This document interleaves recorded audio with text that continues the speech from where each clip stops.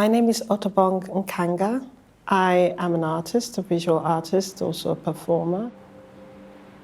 I'm interested that the work can talk about the body, can talk about the landscape, can talk about multiple ways of understanding how we can be here together.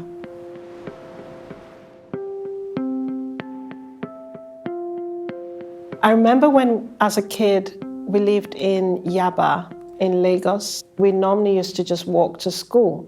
The sun would be coming up. The nice thing was that we'd see the roads glistering with mica on the ground. This is in the 80s with Diana Ross and the moment of glitter and glimmer.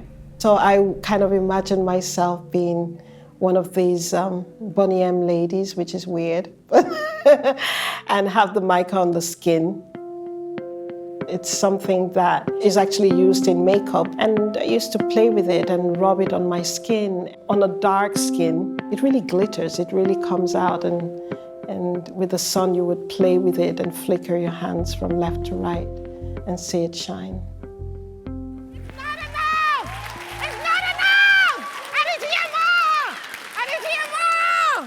I need to hear more! I think the performative aspect of it has always been there.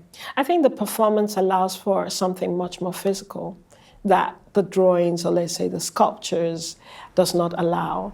It's a different way of engaging with a public, or with, when I talk about public, my public could be the sea, could be the mountain, could be a people, could be a tree. And so the performance becomes crucial because you can really sense the emotion live. I wanted to erase the head because the head had too much information. We would look at the nose, or your lips are too big, or your this or that. It would bring in that notion of maybe race. And it was just too much because I was like trying to make a drawing. And while trying to make that drawing, all these questions were coming up. And I was just like, okay, I just cut off the head. That was simple, head out. Now, what I was interested in was gesture. The action of doing, of making, of movement, really focusing on what we do and how we do things, how we work. And for me, that connection with the body rooted almost like a tree within a place was also to try to think of that the rootedness does not necessarily connect to geographically being in a place. So it's not about just your nationality, but it's about the land. And if we do not take care of that, then it will not be able to give us the things that we need.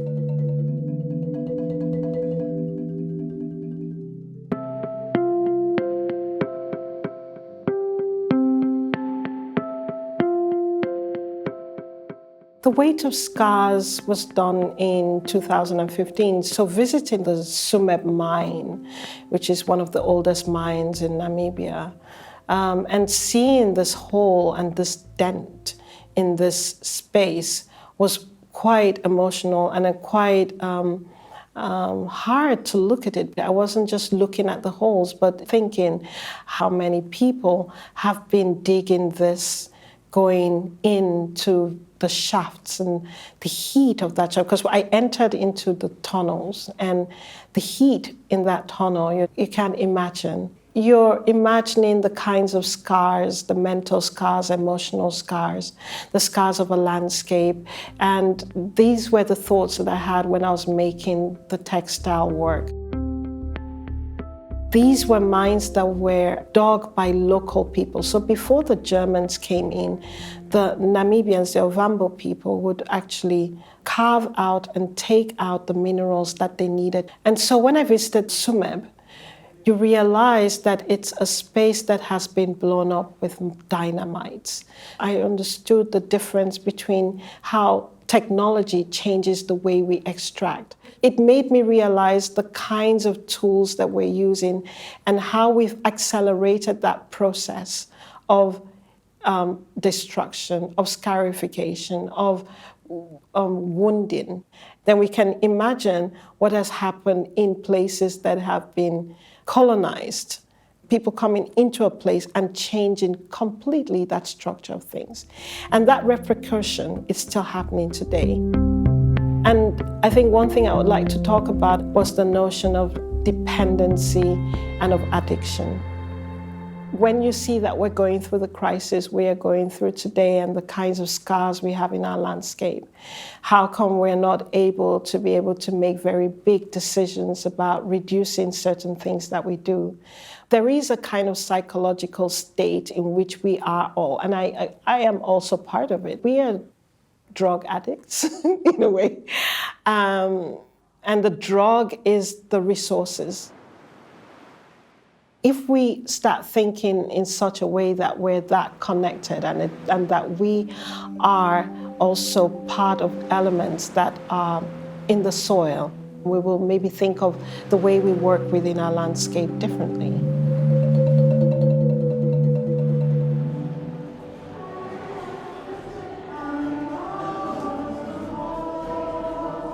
Music or working with instruments have always been part of the family.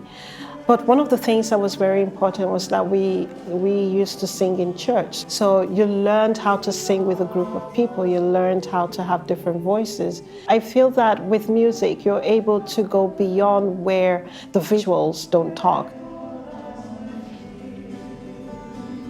Sumeb is one of the places that had the most minerals in the world, over 260 minerals in one cluster of a place. Most of the names would be from the Europeans that came into the lands and then, in quotes, discovered the minerals. And so when I was standing in front of this mine, I made a song for the mine and performed for the mine, but I kind of call out the names of the minerals.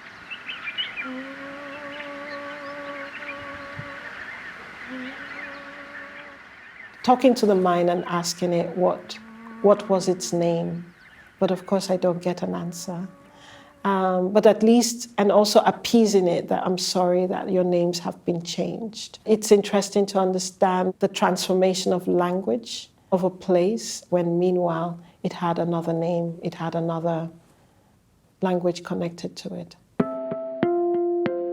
The work Delta Stories, which is a series of 18 drawings, is inspired from the writings or the work of Ken Saro-Wiwa. And he was talking about him fighting with the government and also with Shell, and about the pollution of the landscape.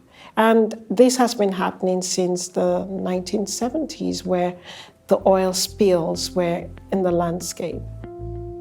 The voice of Ken Saro-Wiwa was silenced because he was put in jail and also killed, even though he was trying to stand for something that would benefit his people. It was a way of talking about how can you have multiple voices, multiple ways of narration. So it's not just one way. I think my work is to understand how are we connected, how are our histories connected. For me, it's important to go beyond only talking about a social or political, but to enter into a place that the emotional talks. More and more, I think the older works that have been made should be a way of like bouncing and opening up ways of thinking for different people. So I hope the work does that it can connect the spaces in between of places that are going through crisis, and to be able to understand how to be able to live within this or find solutions within this. I hope, but you never know.